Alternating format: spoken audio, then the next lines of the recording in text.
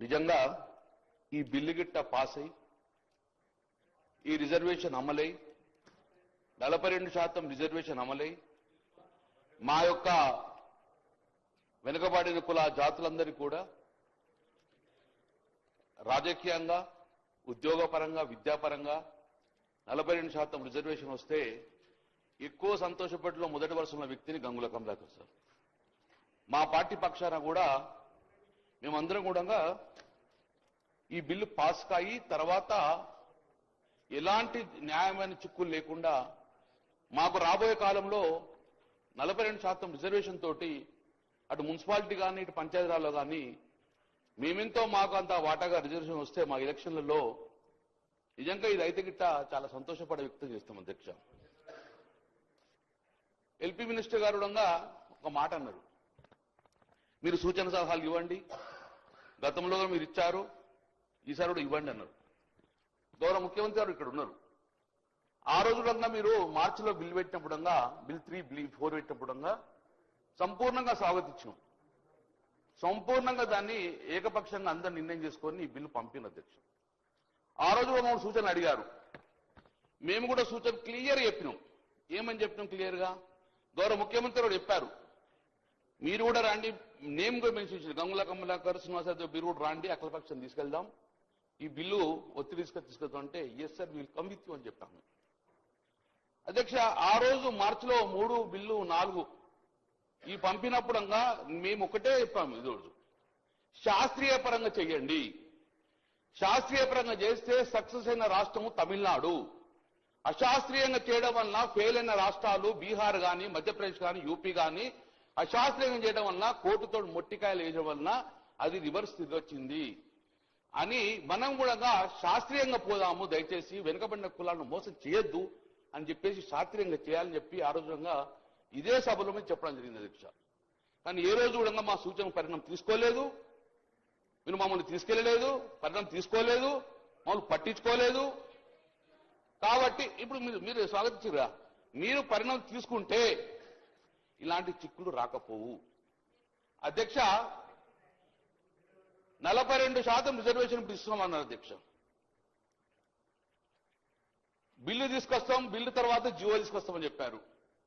నేను గౌరవ ముఖ్యమంత్రి సూటిగా అడుగుతున్నాను, ఈ రాష్ట్రం యొక్క అసెంబ్లీ తీర్మానం చేసిన తర్వాత బిల్లు పాస్ అయిన జీవో ఇవ్వాలంటే మరి ఈ 22 నెలలు ఏం చేసిండ్రు? మరి అప్పుడే మీ ప్రభుత్వం ఏర్పడిన తర్వాత 6 నెలలు ఇస్తామని చెప్పి కామన్ డిక్లేర్ ఇచ్చింది కదా, అదే రోజు మీరు జీవో వచ్చి ఎన్నికలకు పోవస్తుండే కదా, మరి ఎందుకు జీవో వేయకుండా సుమారు 6 కమిటీలు వేసిన అధ్యక్ష. నేను ఒకటి వరుసగా మీరు చెప్తున్నా అధ్యక్ష, మీరు నిజంగానే ఈ రోజు కార్యక్రమం చేసే విధంగా అప్పుడే చేస్తే గిట్ట మీరు ఈ జీవో నెంబర్ 26 తీసుకొచ్చిండ్రు.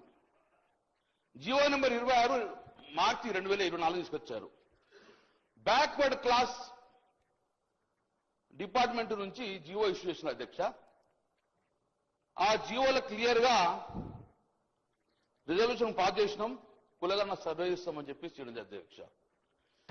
ఈ జీవో నెంబరు బీసీ కమిషన్ ద్వారా వచ్చింది 26. దాని తర్వాత బీసీ కమిషన్ మాయమైంది, లేదు బీసీ కమిషన్. జీవో నెంబర్ 18 తీసుకొచ్చిండ్రు, ప్లానింగ్ డిపార్ట్మెంట్ ద్వారా బీసీ ప్లానింగ్ డిపార్ట్మెంట్ ద్వారా సర్వే చేస్తామని చెప్పింది అధ్యక్ష. ఆ రోజు ఉత్తమ్ కుమార్ రెడ్డి గారు అధ్యక్షన కమిటీ చేశారు, బీసీ కమిషన్ మాయమైంది అధ్యక్ష 10 నెలల తర్వాత. నేను ఇవన్నీ ఎందుకు కోటి చెప్తున్నా అంటే సేమ్ ఇదే బీహార్లో జరిగింది కాబట్టి చెప్తున్నా అధ్యక్ష.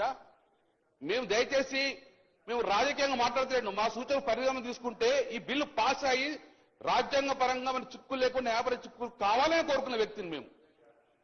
కాబట్టి జీవో నెంబరు 18 తీసుకొచ్చారు అధ్యక్ష.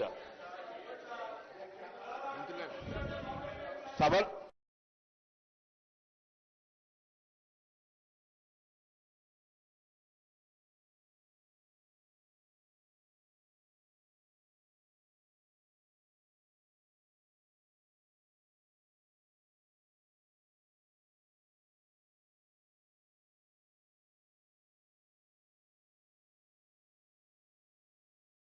Dedication committee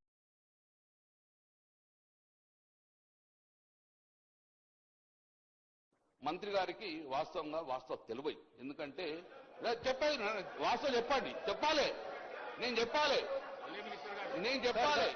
sir honourable member గౌరవ